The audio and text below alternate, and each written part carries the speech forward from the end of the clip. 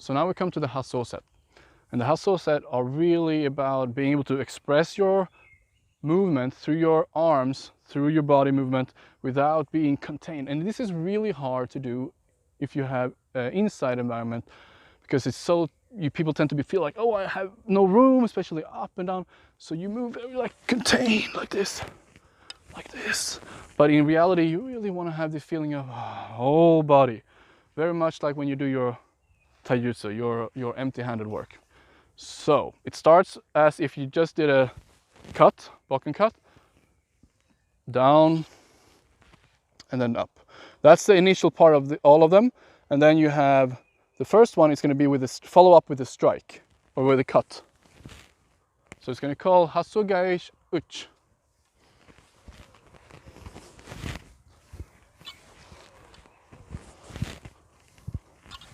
So what's going on in your inside body here? As you can see, my whole body is moving. My arm is expressed out from my body. Everything is up. I turn so that I can grab as I go forward, bring my elbows in, and then down.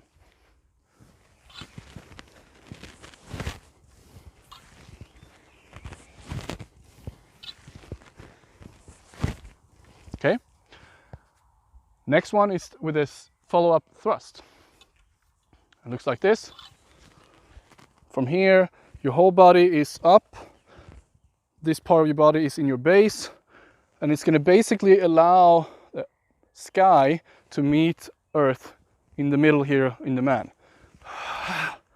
So you have this sky feeling up here, earth feeling or ground feeling here, and the man is you in the middle. And as these kind of drop into you, you're going to redirect that forward to the throat. Right here. Now you would think that this is the end of it, but it isn't. Instead, it's going to have a follow-up twist to it where you bring it back up to hasso. Now this is actually useful as a parry as well, but usually you don't teach that. So it's going to look like this. Okay. Again, look at my body. Just look at my forward placement and backward placement on body. It's going to look like this. So it's really like this feeling of moving with your, with the whole movement here, forward and backwards. Okay, when you're done, don't bring it up, just stay in the base. Next one is going to be thrust to the back, ushiro ski. So hasso gaeshi, hasso, behind, so you don't get caught by something here. Behind,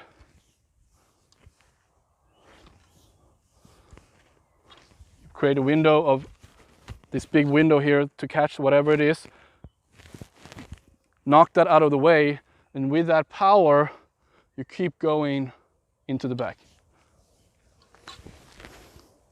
Now the next movement here is ushiro ski. You line it up in your basic form, that's where it's going, and then you do this full ushiro ski.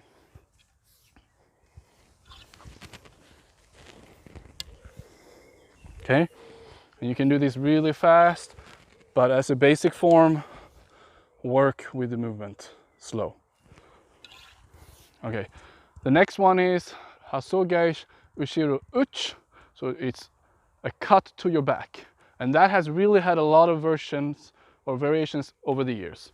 So I'm going to show you the basic one that I'm doing and the one I feel really generates a lot of body workout here. It's going to be the same entry, and then the next one is going to be cutting to the knee.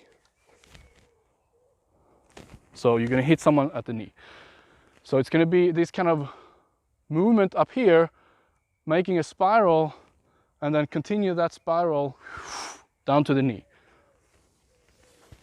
Up, and let's look at here now. I'm going to start creating that spiral, and then rotation or spiral in my body, generate a lot of power, and end up by the knee. Now, that one has had, again, as I said, many variations. You've seen or see this, where you really extend far. more of a straight up. Why not?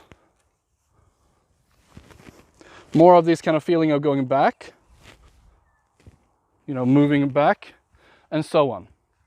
And you can do a lot of interesting stuff here, where you can from here go and do all kinds of stuff, but as a basic form, you're moving within that rotation, really that movement, you keep moving.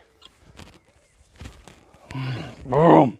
Down, in this case, to the knee. Again, no reason why not you couldn't do it up to the head. Hasso gaeshi, ushiro, uchi. And the next one is fabulous. It takes a lot of space, and it's really like a big expression of movement. It looks like this. So this is hasso gaeshi, ushiro, barai. And you can really see the difference between people who practice for a while, using or practice this movement for a while, and those who have not. And the way you see the difference is how can they do this relaxed, not drop out. You can see the beautiful arc of the movement not being lost throughout the whole movement, and also how you finish it. So if you look closely, as you come up like before, here again you start that spiral, you hit someone, your mirror image, in the temple on the way down, just behind you. You can even look ahead of time, so you see where you want to go. You aim with your eye, your vision,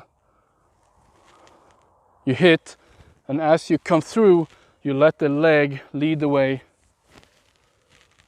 and then you finish basically straight out. So I'm going to see if I can do this from this point of view, so you can see it in a different point of view.